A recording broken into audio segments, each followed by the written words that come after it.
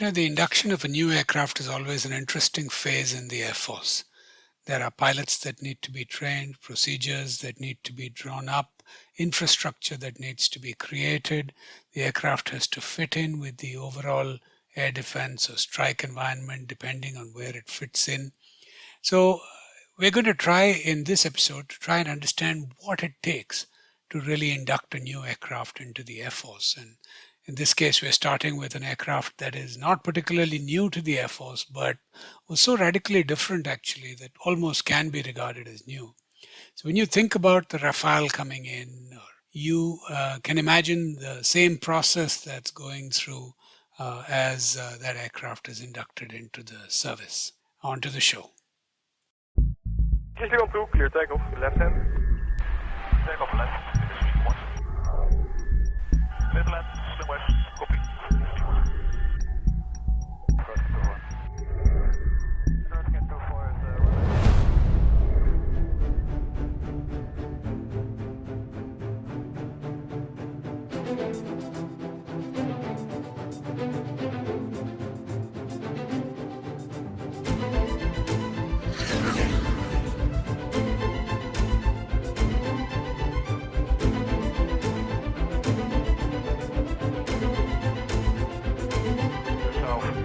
Hello and welcome to the Blueskies podcast. I'm PR Ganapathy, your host. Disney 70, roger, report IP southeast, connection, D54, commit wave, and field selected.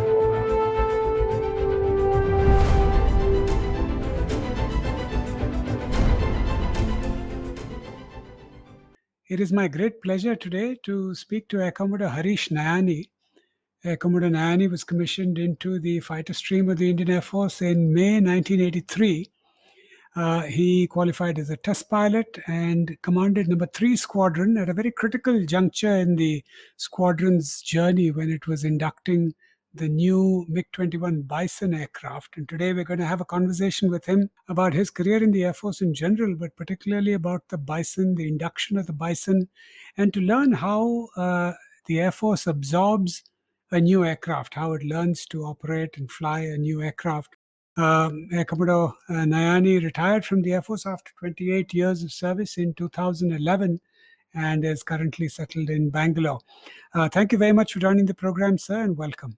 Thank you so much, Gana. I consider it a unique honor and a privilege that I'm on the same platform as legendary people such as your father, Air Marshal Ramachandran, Air Marshal Rajkumar, Group Cap Nagte, Air Marshal Masand, to name just a few. Thank you so much for inviting me. Thank you, sir. That's so kind of you to say that. It's really a pleasure to speak to you today.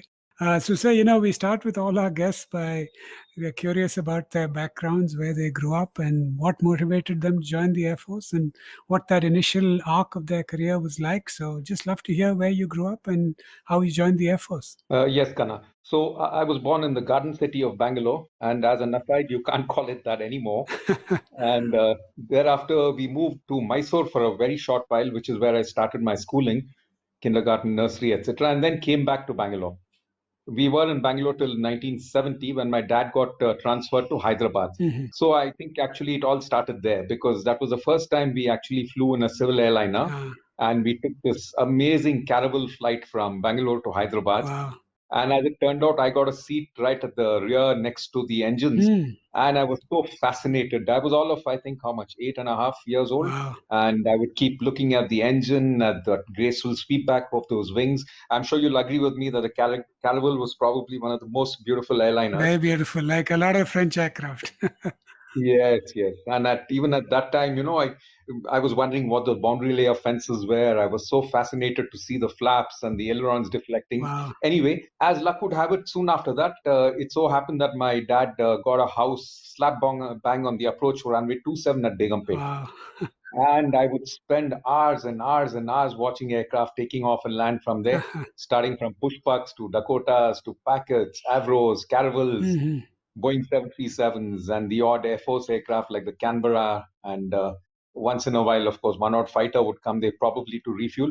But it all started there, Gana, and I never looked back ever since then. Fascinating. And then did you join the Air Force through NDA or did you come direct entry? Yes, through the NDA. I joined through the NDA. Lovely, sir. And which aircraft did you do your basic training on?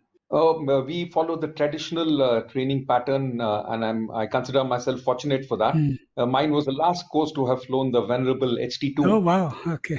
Yeah, although at that point in time, because of the less than satisfactory safety record of that aircraft, we were never launched solo, Oh. but we were launched dolo with an instructor at the back. Right.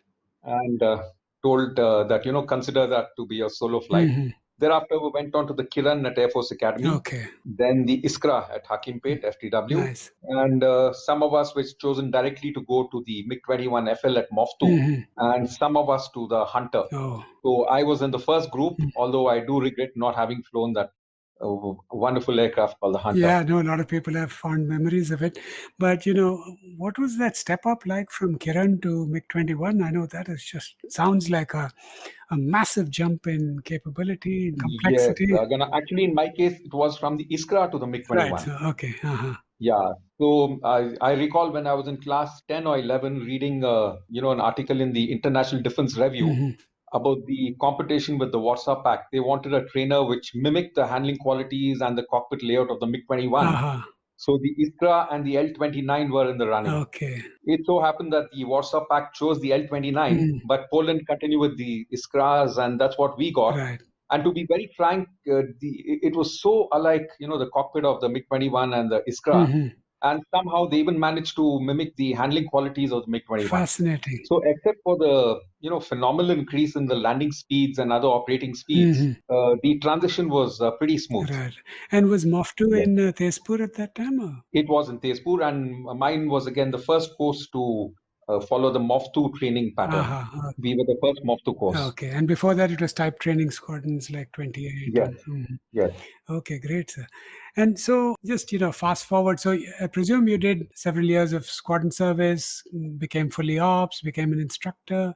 And test pilot school happened somewhere along the line? Yes. So after about 7 years of squadron service, initially on the MiG-21 BIS, followed by the MiG-29, I went for the flying instructor's course at Tambaram and then did my instructional tenure at Hakimpet, right, where I again got to flew that marvelous aircraft called the Iskra and did my A2 as well, A2 instructional category. And from there, of course, went for the test pilot selection, did the test pilot's course, 1 year in the flight test squadron, in which I did a very interesting project on the AN-32, where we re-engined it with the AN-12 engines, because we had a lot of those lying surplus. Right. And after a year or so of actual online testing at flight test squadron, I was sent to the school where I was an instructor, and then thereafter the senior test flying instructor for 3 years. Fascinating. Wow.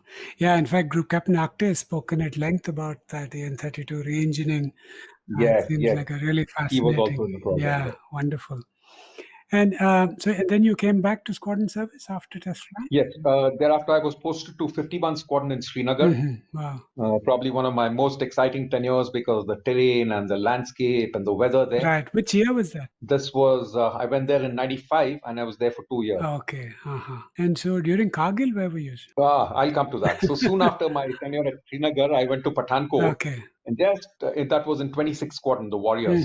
And just about a year and 3 months after having reported to 26 Squadron, I came to learn by some serendipitous happening that I was shortlisted to go to Russia as a test pilot for the Bison program. Okay.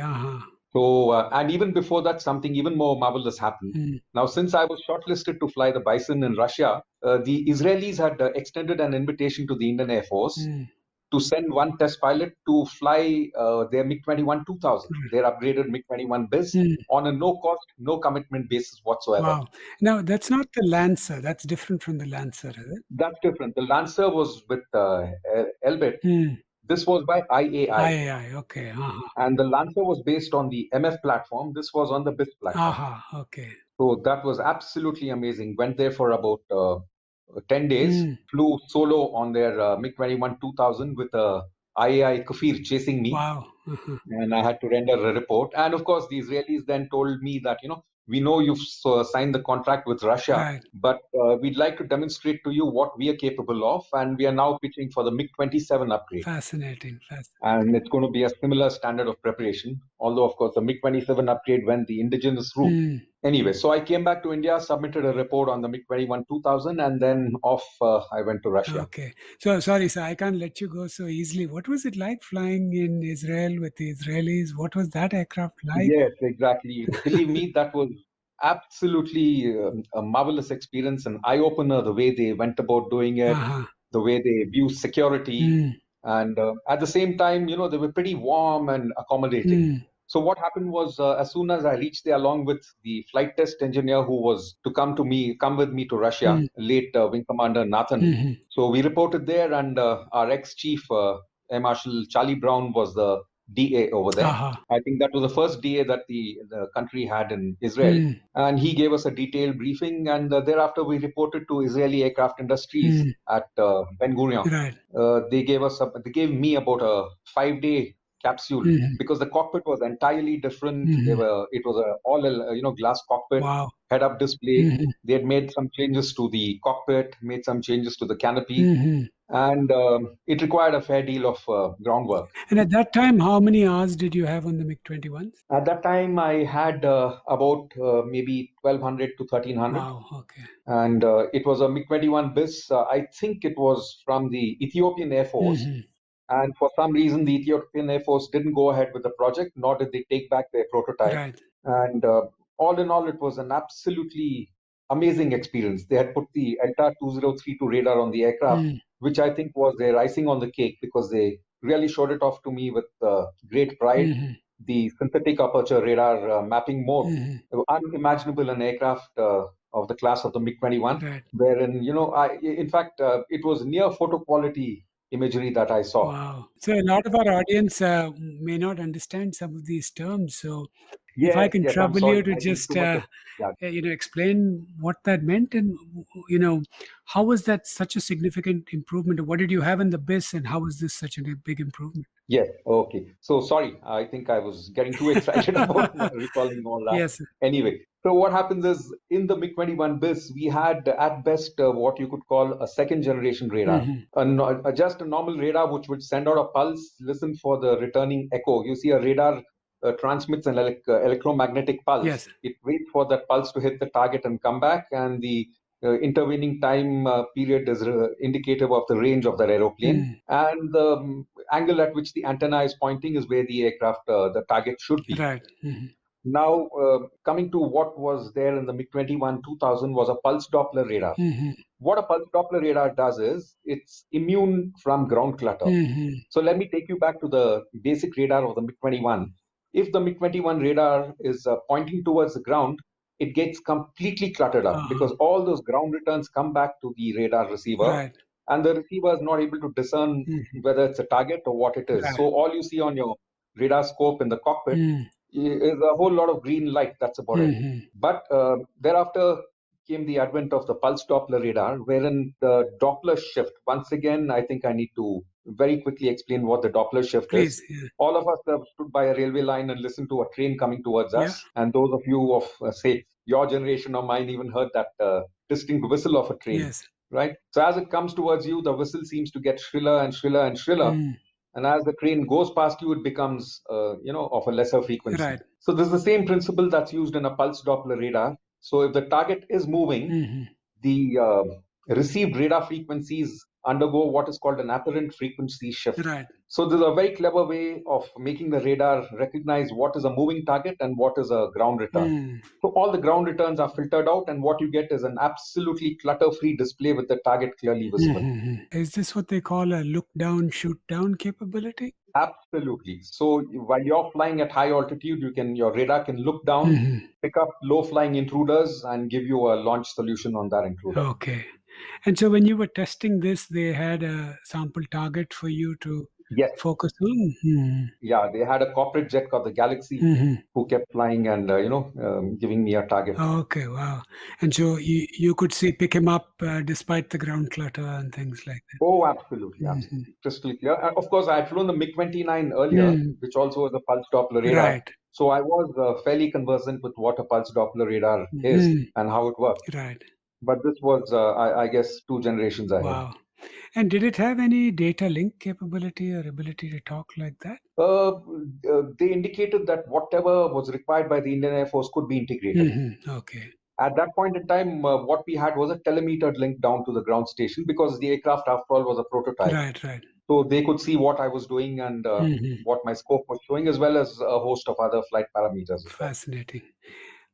How did you find the Israelis as pilots and, their other, So did you do any maneuvers against them? yeah. So that's again very interesting. I was under the tutelage of Ronen Shapira, son of the legendary Shapira of the Arab-Israeli war fame. I think many of our readers must have read about him. Right. So Ronen very proudly introduced himself as the legendary Shapira's son. And he himself, I could make out, was an exceptional pilot. The way he explained things to me and, made me comfortable with the cockpit and the controls.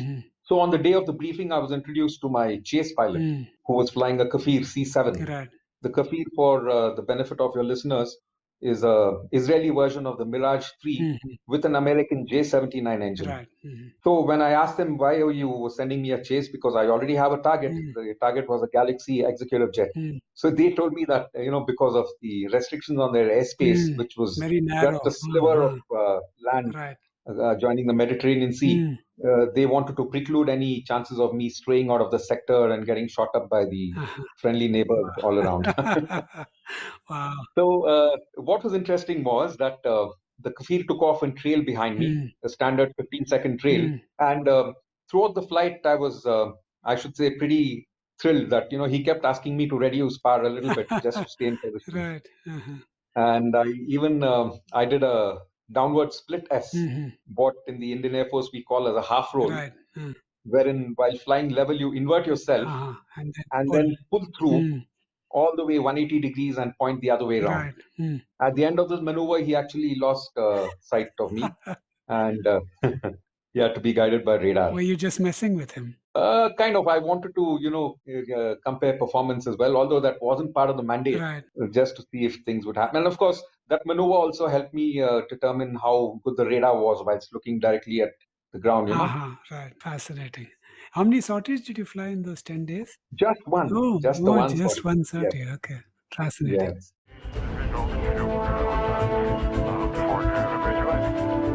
Just MiG-21, Roger, report type Southeast, connection, MiG-21 BIS, come advise, and deal selected. Great, sir. So let's talk about the Bison. When was it conceived? When did we consider it? What are the alternatives that we considered? And, what were the big quantum jumps that we were looking for when we were evaluating the Bison? Yes. So sometime in the mid-80s, I think the Indian Air Force started looking at an upgrade to the Bison, to the MiG-21 BIS, rather. Right. And in the early 90s, this proposal gathered momentum, and the Directorate of Aircraft Upgrade was set up at the Air Headquarters. At that time, the director was Air Marshal Harish Nayani, Right. and he did a great deal of groundwork in terms of formulating what exactly we required on that aircraft. And of course, the main driver of the program was the then Assistant Chief of Air Staff, Air Vice Marshal Krishna Swamy, who later became the Chief of Air Staff. So then we started looking at the world market, and we knew about the Lancer upgrade that was underway in Romania. So that was also looked at. But all in all, I think the Russians had an upper hand because they were willing to give us the R-77 beyond visual range active guided missile, along with the R-73. And of course, the Kopio radar, which was more or less comparable to the LTAR 2032 with certain limitations and I should say shortcomings. But all in all, it was a wonderful package. And I dare say that there was some political influence as well. And finally, it so happened that we signed the deal with the Russians, with Mapo MiG at that time. Okay. And were we the only customer, the launch customer for this Bison, or? Yes, we were the launch customer and the only customer, although the Russians had a prototype called the MiG-21 93, on which our Bison is very broadly based. Okay. And were they looking also at some modifications to engines, or was it only weapon systems and radar and things like that? Yeah, the engine modification was not looked at all. although I very dearly wish that there was one. Okay.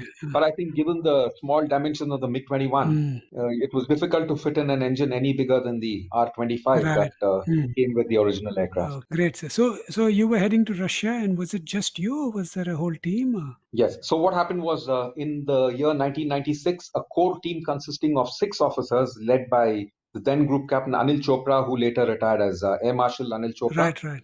He was the team leader, and he had 5 officers under him. One more test pilot, then wing commander, later Air Marshal Ravi Dheer, RK Dheer. Right. And there were 4 engineering officers, very capable people.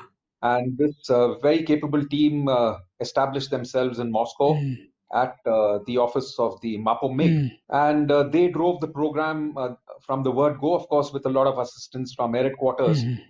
The director aircraft upgrade by then was Group Captain Mathapan, Right. one of the most hardworking people I've ever come across in my entire career. Also a test pilot. Again, a test pilot. Yes.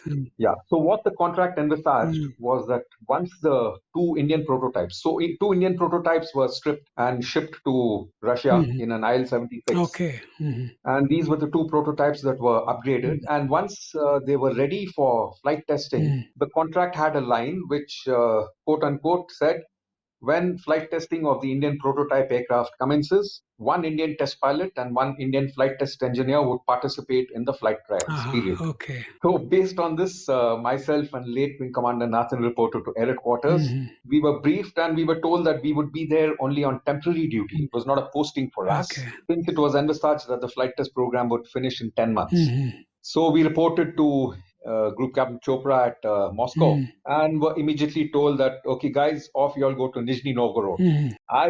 Both of us were completely distraught because not only hadn't we heard of that city ever before, and we were looking forward to a great time in Moscow with all the hustle and bustle and, the Moscow nightlife, etc. And I must tell you that that was probably the best thing that happened because this town called Nizhny Novgorod is a rather picturesque town located on the banks of the river Volga and the Akka and is home to what the Russians at that time called Factory 21. Factory 21 manufactured every version of the jet engine MiG, starting from the MiG-9, the MiG-15, the MiG-17, 19, 21, with the exception of the swing wingers. Wow. So they didn't make the 23 or the 27. But 25, 31. But they made the 25 and the 31. Wow. So we reported there, and of course the flight test program didn't finish in the period that was envisaged in the contract, and it carried on for 2 years.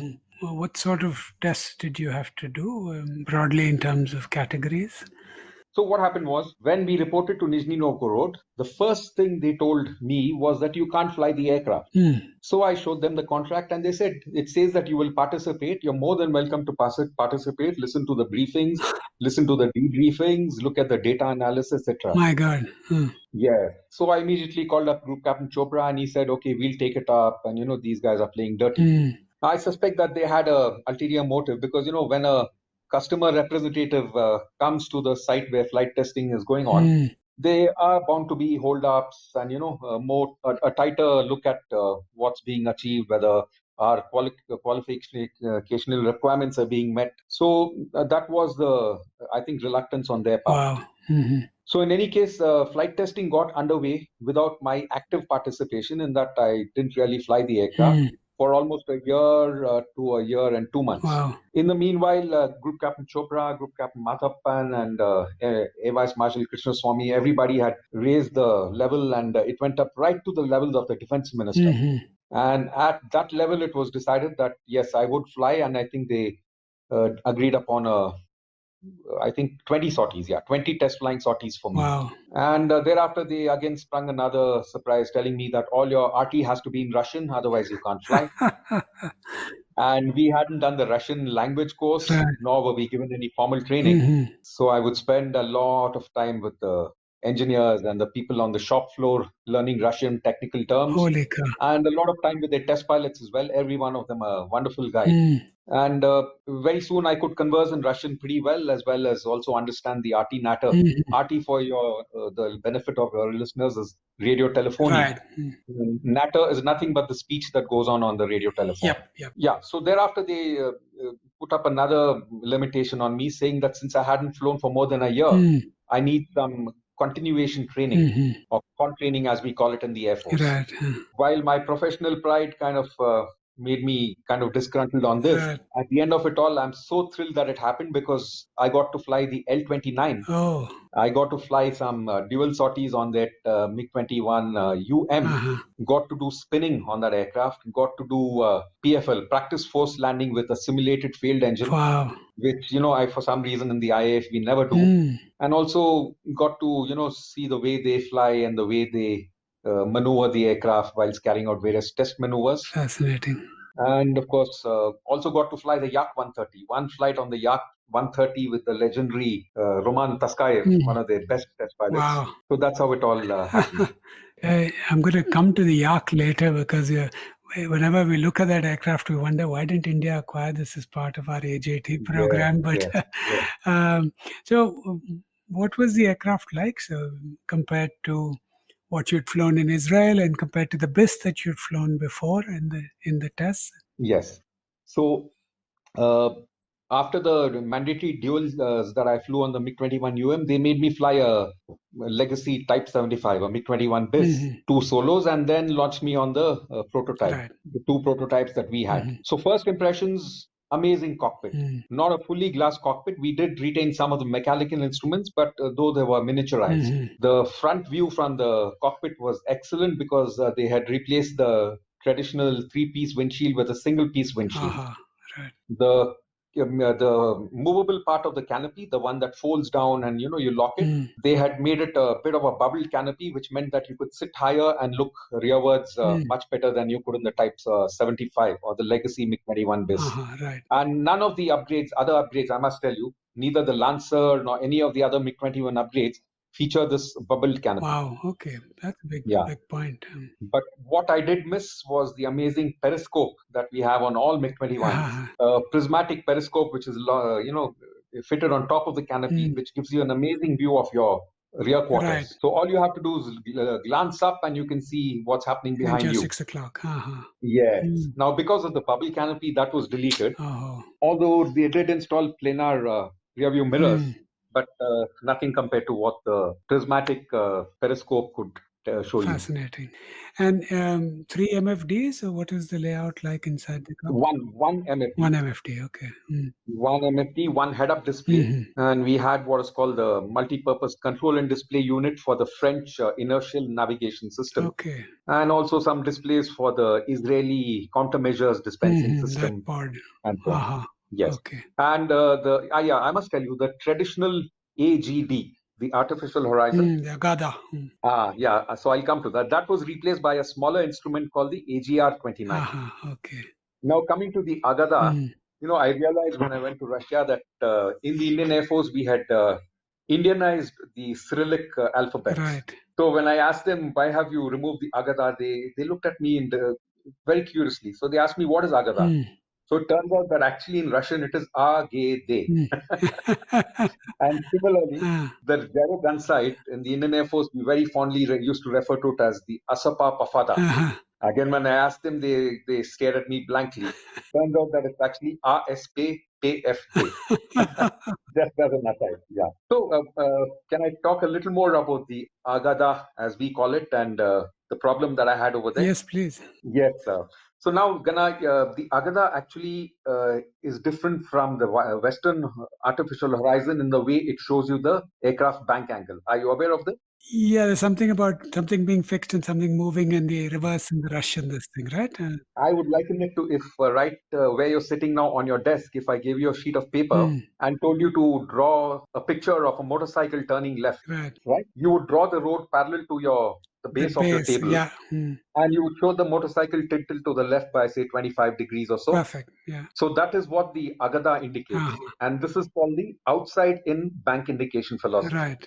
Whereas all Western artificial horizons follow what is called the inside-out bank indication philosophy. So which is like let's say the motorcycle rider had a GoPro camera on his helmet and you were looking at it on a TV screen. The motorbike would appear to be erect. Right. But the road itself would tilt, right? Correct, yeah. Yeah, so this is called the inside-out bank indication philosophy. Right. So now on the Agada, or the artificial horizon in the air, in the cockpit, the outside-in bank indication philosophy was what the Russians retained. Whereas on the head-up display, it necessarily has to be inside-out, because Right. so these two conflicting images were what the Russians and even people at my headquarters in Moscow were worried about. But after a great deal of trials and deliberations, I realized that this was the ideal combination. On the look-down instrument, the outside-in philosophy; on the head-up display, the inside-out philosophy. And it worked pretty well, I must tell you. You didn't find it confusing at all? Yeah, we didn't upgrade the trainer. Our MiG-21 trainers were not upgraded at all, and they retained the traditional Agada. Okay. So it was easier for pilots to train and transition. Right. And the head-up display in this aircraft is very similar to the head-up display you'd find in, say, a Jaguar or any of the Western aircraft? Yes, very similar. And the MFD display, language and things like that, did they do it in English for us? In English, absolutely. Everything in English. Okay, great. Yes. And so outside of these things, the basic handling characteristics and whatnot of the aircraft remained unchanged, right?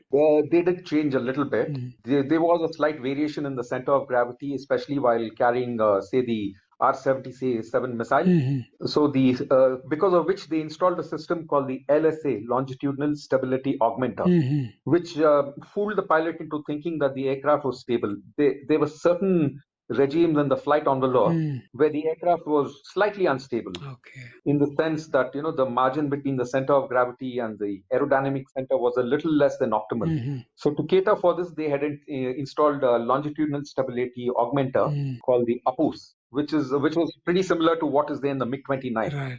So during these 20 sorties, what sorts of things did they let you do? So did they let you fire any live weapons, test those missiles they were going to give us? So what sorts of sorties did you manage to do? Most importantly, they did not allow me to fire any weapons for two reasons. One is their ministry had flatly refused to allow me to fire any weapons. Secondly, the weapon firing phase itself was over because it was conducted at a base called Akhtubinsk, the Russian Air Force's equivalent of Edwards Air Force Base, located close to the Caspian Sea. And even to go there and monitor the results of the weapon firing was one big task, because they said it's a secret air base and no foreign pilot or engineer has ever been there. Okay, wow. Once again, the matter went up to the ministry, and I think we established a record of sorts, because myself and Nathan were probably the first foreigners to ever set foot on Akhtubinsk, not only in the town, but into the military base as well. Oh, wow. Yes. And so we were given a lady who I'm quite sure was from the KGB, which at that time was the FSB, an elderly lady, very sprightly, very cheerful. And we were under her watchful eye from the moment we left our little cottage, which we had rented, till the time she dropped us back after work at about 6:30 in the evening. And we weren't permitted to step out of that office room that they gave us, although we could see a lot of aircraft taking off. In fact, at that point in time, the Russians were, waging their war with the Chechenian rebels, and Su-24s laden with bombs would take off from this base. Wow. And of course, a lot of other flight testing by the Sukhoi Bureau, by the Tupolev, our aircraft, their MiG-29, and a lot of other flying was going on. Fascinating. Anyway, so all the firing was completed at Akhtubinsk, and I think their air-to-ground range was located in neighboring Kazakhstan. Okay. But they had an agreement, I think, with the Kazakhstanis that they would use this test range, because that's where they had all the instrumentation set up, etc. So firing was out of the question for me. Okay. Now, coming back to your question, the 20 sorties that they gave me, I was given the liberty to decide what I'd like to do in those 20 sorties. So I first looked at handling qualities, stability and control, supersonic flying, radar assessment, some dummy dives.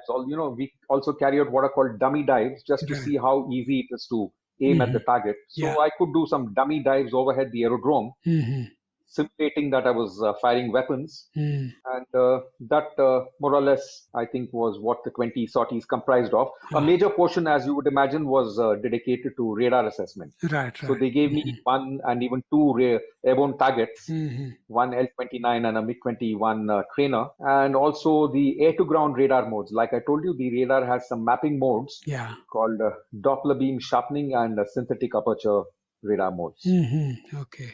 Visual to shoot before the evacuate. Just 70, Roger, report time southeast, connection for midway, and deal selected. And so once you were done with that, you kind of signed off and approved the aircraft for us to acquire? So what happened, I must tell you, Gana, is that firstly, the flight test program got delayed from an envisaged 10 months to 2 years in Russia. But even at the end of 2 years, there were some glitches, Right. mainly related to software, to the radars especially, and to the air-to-ground weapon delivery work. Secondly, the Russians refused to test any of the electronic warfare equipment on Russian soil. So we had the ELTA, Electronic Countermeasures Pod, what is called a SPJ, Self-Protection Jammer. Right. So since the MiG-21 is such a small aircraft, this equipment could be mounted internally. It was mounted on a pod which we would carry on the outboard wing station. Right, right. So flight testing of this equipment was also to be done in India.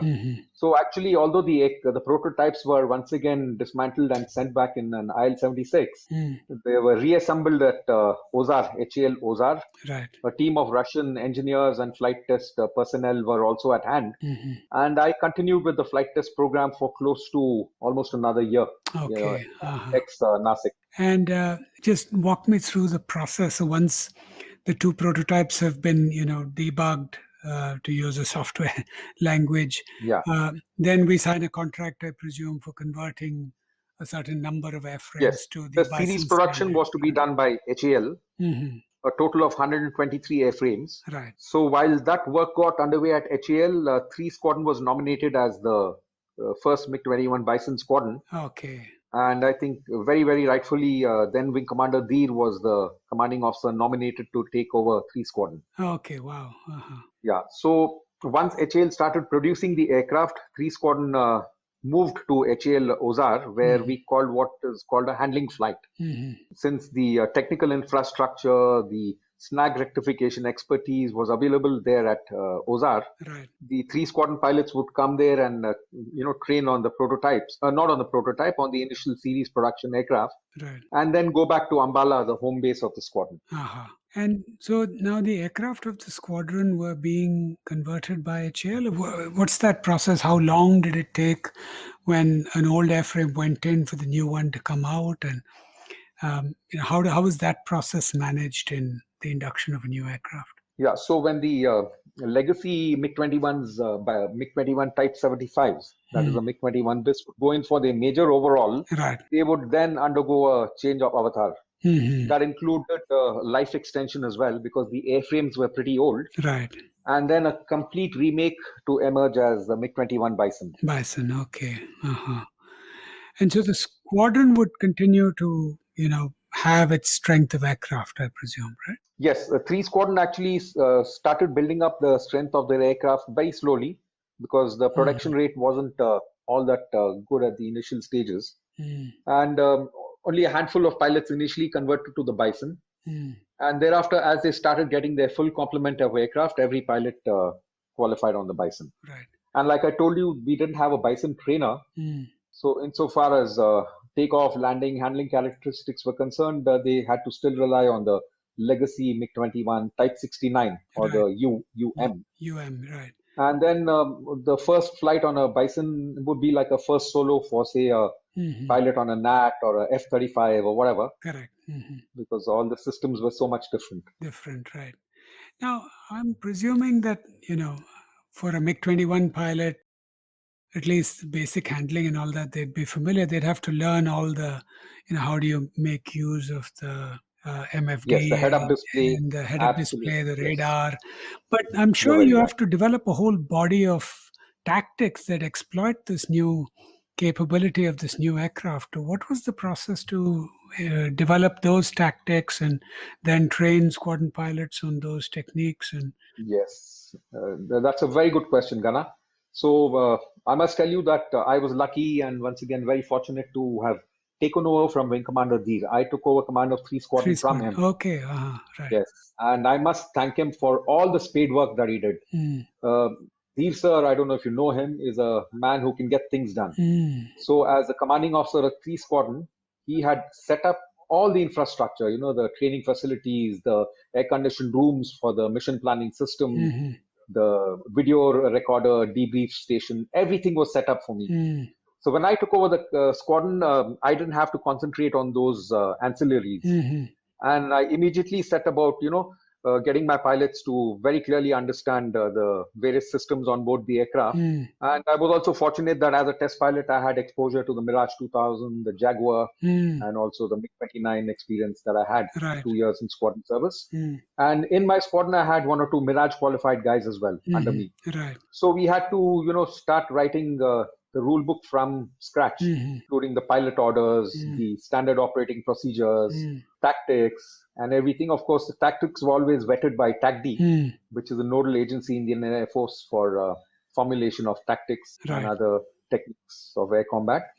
So that's how it went. And I had a very, very, should I say, satisfying tenure there. So give me a flavor for, particular engagement between aircraft, 1 versus 1, 2 versus 2, whatever it might be, where, you would have done it in a certain way in the previous versions, Type 96 or the MiG BIS, but you could do something very differently and have a much better outcome because you were flying the Bison. So just to give our, in the hands of a fighter pilot, how was this such a better tool? What could you do better? Yes, very nice question once again. So to begin with, the Russians also gave us the helmet-mounted sight. Oh, right. I was going to ask about that. Yeah. Yes, very similar to what's there on the MiG-29. So for the benefit of your readers, your listeners rather, when you do traditional air combat, the aircraft, you treat the aircraft as a weapon which has weapons which are forward firing. So you have guns which fire forward, you have missiles which fire forward.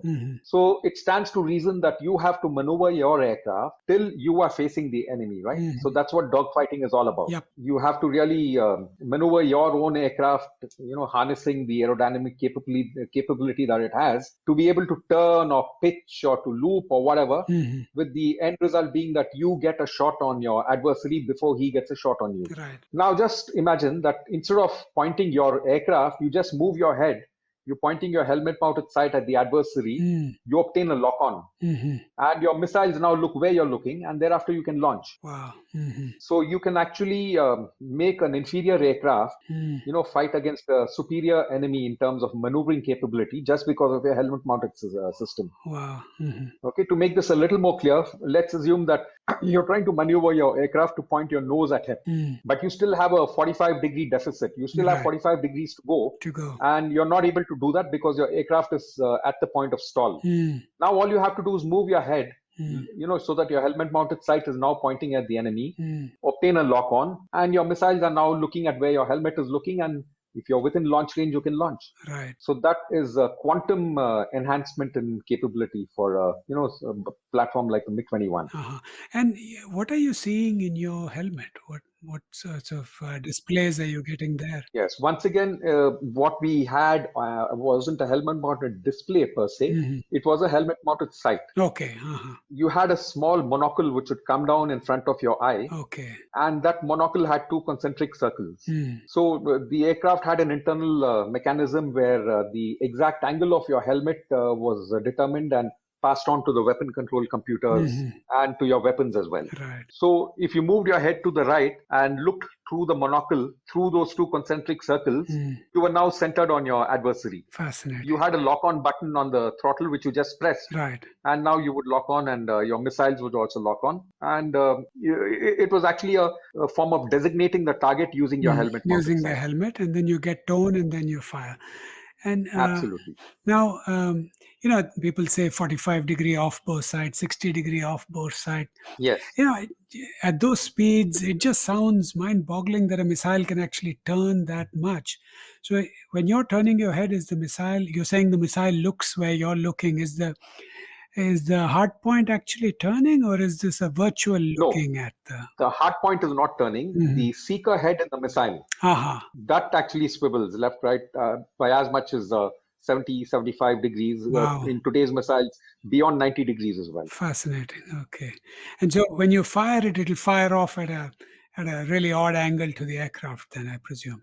Yes, it initially goes straight and then Straight it and turns very gets into its rapidly. guided phase. Okay. Yes. Sorry, did you ever fire at an airborne target off bore sight and see the effect of that? No, unfortunately, I didn't do that in real life because that was done at Pokhran a couple of times, but by then I had left the squadron. You had left the squadron. Okay.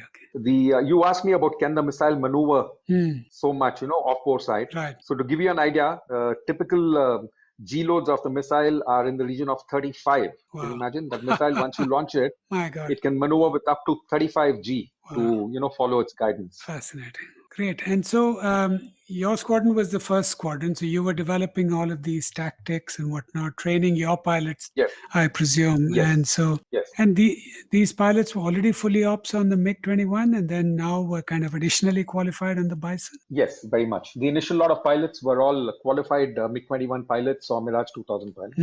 And did they form then the nucleus of the Bison fleet through the rest of the Air Force and they went out to the other squadrons and replicated this? For a while, that's how it was. And then the next squadron to convert onto the Bison was 21 Squadron under the command of yet another test pilot, Wing Commander Tarun Banerjee. Right. And they formed the squadron at Sirsa. And so your squadron command was for how many years? My squadron command was for 2 years, 3 months and 8 days. Okay, wow. So you had 2 years of squadron command. You had 2 years plus in Russia, and then maybe a year and a half in Ozar with this thing. So about 5 years with this program then? Yes. So I actually wasn't posted to Ozar. I was reposted to AST. Okay. Where I actually wore 2 hats. I was the senior test flying instructor, whilst also doubling up as the Bison project test pilot. Okay. And I would shuttle between Bangalore and Ozar whenever, a project test campaign had to be undertaken. Right. Okay, great. So you really saw the system go from, not quite conception, but at least the very initial trials to actual operational absolutely. squadron service. Yes. Must have been a sense of great satisfaction to see that come to fruition, isn't it? Very, very true. So take a step back for us and tell us how you, at that time, saw the Bison fitting in with the overall fleet of the Indian Air Force, what it did to the MiG-21, what it did to our capabilities. And, when I think about aircraft and aircraft acquisition, the time horizons are so long that it's obvious that no aircraft you acquire is going to, throughout the life of its service, fit every need. So naturally, a mid-course upgrade is going to be required. And I guess, the Bison is the example of that quantum upgrade that happened. But, just love for you to reflect on what role that played to our capabilities, given your close involvement with it. Yes, Kana. So that's a very valid point. So I think the world over, air forces and ministries of defense have come to realize that the basic platform or the air vehicle, as you would call it, is not really that important anymore, provided it has a basic minimum performance, and upgrades are very cost effective and very, very effective in enhancing the capability of an aircraft. Right. That's one thing that I think every single Air Force has learned. Our friendly neighbors from the West have done that with their Mirage 3s. The Romanians have done it with their MiG-21s. And we have done it with our MiG-21. We've done it with our MiG-27 as well as the MiG-29. Right. And of late, the Mirage 2000 as well. Mirage as well, right.